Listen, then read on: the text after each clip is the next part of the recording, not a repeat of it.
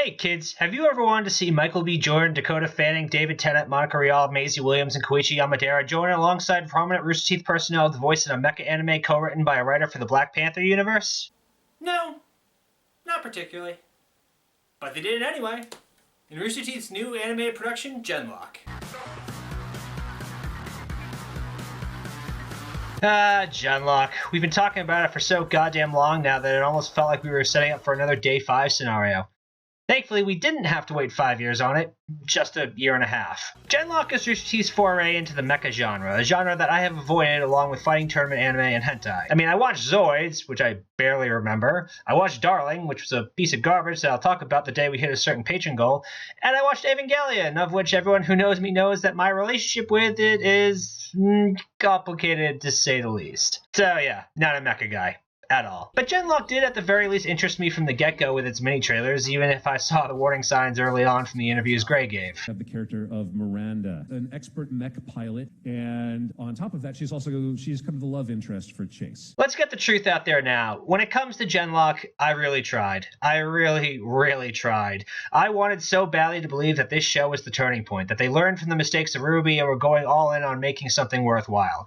I can't help it. There's still a part of me that believes that the spark of writing prowess that gave us the Recollection trilogy and the Freelancer saga of Red vs. Blue still exists and wasn't just a lucky accident. The story thus far, there's a war being fought against an enemy we don't really know over a conflict we don't really know, and the Vanguard, which sounds like it should be the villains but in actuality are the good guys, employ a giant mech group because they apparently appeal to the philosophy that any situation can be solved by giant robots. Also, one of the guys lost his lower half in a battle 4 years ago and can only function in society as a hologram, but he still spends most of his time trying to reconnect with his ex, who's with a new guy, and even if she was still single, he doesn't have junk anymore, so why bother? And oh boy, this got away from me. Now, by that description, you'd be forgiven for thinking there's a lot happening in this season, but a large majority of the season is spent on the GenLock team getting acquainted with their mechs and each other, and this takes up the majority of the season, and to their credit, for the most part, it works well enough. The characters have good interactions with each other, whether it's Cammie and Kazu bickering over weeb stuff, Val's shameless flirting with Yaz, or Chase's awkwardly trying to get back into Miranda's pants holographically.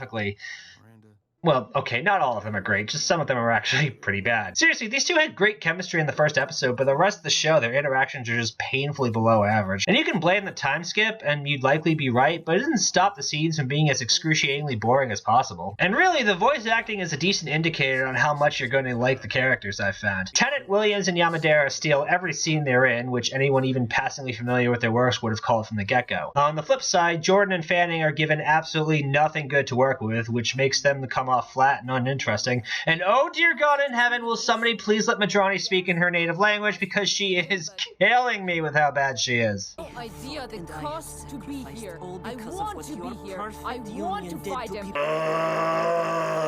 She's not even the worst character, far from it, but she's easily got the worst voice acting. But regardless, the GenLock team has a good amount of chemistry, and by the end I could believe they were at the very least a functioning team, which is more than I could say for other teams I've endured lately. Another character thing I can give them credit for was their attempt at having characters that weren't just one gender or had one sexuality.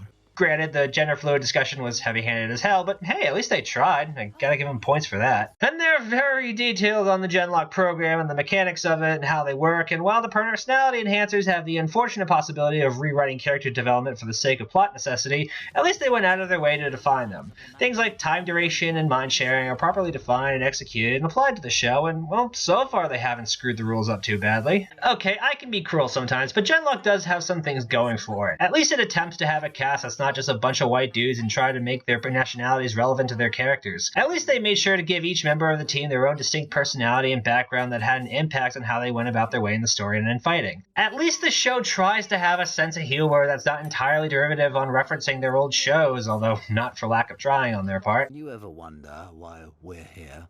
That's one of life's great mysteries, isn't it? And you know what, for how janky the animation can be at times, and yeah, they definitely adhere to the Dragon Prince style of animation, at least the fights look cool. There wasn't a single fight that I particularly thought was boring or not good, although I'm sure there are people more experienced studying animation and camera work than me who could point them out. I was watching these fights with unbridled glee, as it seemed like the people making these are putting in the energy and passion that was needed to really sell them. So we've got a good cast with decent backgrounds and good fight choreography with manageable animation.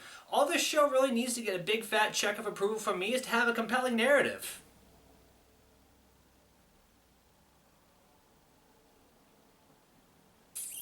Oh. The problem with the way GenLock presents its information is that its priorities are out of whack. At this point by season's end, I know everything I need to know about the GenLock program, to the point that I even know who's funding it. And yet the rest of this world is thrown into the background and they tell us to look for all the hints to put the pieces together. Now, this is fine for adding additional information to the world, throwing little details in the background for the audience to build upon. But when you have a global conflict and both it and the enemy you're fighting are regulated to the background so that you can learn how much lubricant is needed to oil up the mechs, that's not a good thing. Like, we couldn't get an opening text crawl or a monologue, or hell, use this damn meeting at the beginning and give us the need-to-know information. I know people get annoyed at that, but Christ, at least they serve an important function in letting the audience know definitively what they need to know. And as someone who pays attention to how stories are written and craves good storytelling, the fact that the biggest piece of it is left to background hints and throwaway lines was so distracting that I couldn't overlook it. Even the part of my brain that was genuinely having a good time with watching the show eventually turned to me towards the end of the season and said, Tom, you and I both know that you have put stories in front of firing squads when their narratives had fewer problems than this. Oh God, you're right. There's just no excuse to hold your plot hostage unless you honestly believe your audience is a bunch of lemmings who would be content to watch paint drying for 8 hours straight. Although, given the comments I've been seeing on our reactions, I can understand where they got that impression. Listen to me now, and listen very, very carefully to what I'm about to say. It's not about knowing all the information. It's about having a baseline foundation to work with. It's about having the basics down now so that we can expand upon them going forward. When you're building a house, you don't build it on sand. You build it on rock or hard concrete so it has a strong foundation. On sand, the house will fall down. The same applies to storytelling. If a story's plot has no baseline foundation, then you end up with another situation where shit gets thrown in haphazardly that doesn't fit in with what's already established, and people just making up their own headcanons and treating them as definitive canon until the show finally gets around to contradicting them. And then the creators just throw in shipping fuel to try and distract the audience from the fact that their story is as thin as a saltine cracker, and everyone starts fighting, and before you know it, the whole thing is lost. You save the little details in the background for the plot twist, not the plot.